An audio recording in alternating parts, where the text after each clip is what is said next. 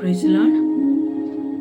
మలాకి గ్రంథము 3వ అధ్యాయము 16వ వచనములో, ఆయన నామమును స్మరించుచు ఉండు వారికి జ్ఞాపకార్థముగా ఒక గ్రంథము ఆయన సముఖమునందు రాయబడెను. ఆయన నామమును స్మరించుచు ఉండు వారికి ఒక గ్రంథము దేవుడు ఏర్పాటు చేశాడు. దానిలో వారి యొక్క మాటలను, వారి యొక్క క్రియలను రికార్డెడ్గా ఆయన ఉంచి ఉంటాడు.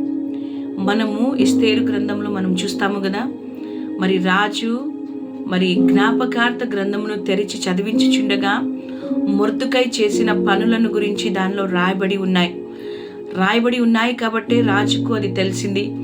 రాజు మొర్దుకైని ఘనముగా సత్కరించాడు. నా ప్రియమైన దేవుని బిడ్డలారా, ఈ ఉదయకాలమున మన యొక్క క్రియలను, మన యొక్క మాటలను దేవుడు ఆలకించే దేవుడు అంటున్నాడు. ఆయన సముఖమునందున్న జ్ఞాపకార్థ గ్రంథములో ప్రతిదీ కూడా లిఖింపబడుతూ ఉన్నాయి. కాబట్టి ఉదయకాలమున మనం మాట్లాడే ప్రతి మాటను జాగ్రత్త కలిగిన మాటలుగా దేవుడు వింటున్నాడని గ్రహించి భయభక్తులు కలిగిన వారిగా మనము ఉండాలని పరిశుద్ధాత్మ దేవుడు హెచ్చరిస్తూ ఉంటున్నాడు.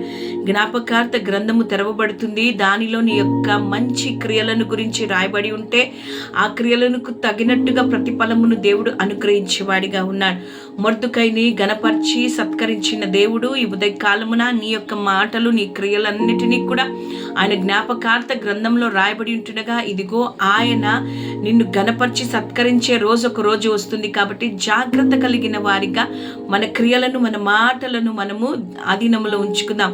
అందుకే దేవుని వాక్యం సెలవిస్తుంది కదా, చెడ్డ మాటలు పలకుండా నా నాలుకను, కపటమైన మాటలు పలకుండా నా పెదవులను కాచుకునే కృపను నాకు దయచేయని కీర్తనాకారుడు అంటున్నాడు కదా. కాబట్టి నా ప్రియమైన దేవుని బిడ్డలారా, నీ హృదయమందున్న ప్రతి ఒక్క చెడుతనమును నాయన దాని నీ నోట గుండా ఆ మాటలు బయటకు వస్తాయి. కాబట్టి జాగ్రత్త కలిగిన వారిగా, దేవుని యందు భయభక్తులు కలిగిన వారిగా, ఆయన వింటున్నాడని గ్రహించి భయము కలిగిన వారిగా, మనము జాగ్రత్త కలిగిన వారిగా, దేవుని యందు భయము కలిగిన వారిగా, భక్తి ఉన్నవారిగా దేవుని యొక్క క్రియలను, దేవుని యొక్క కృపలను, దేవుని యొక్క ప్రేమను, దేవుని యొక్క త్యాగాన్ని మనము ఇతరులకు పంచిపెడతాం, ఇతరులకు చెప్తాం.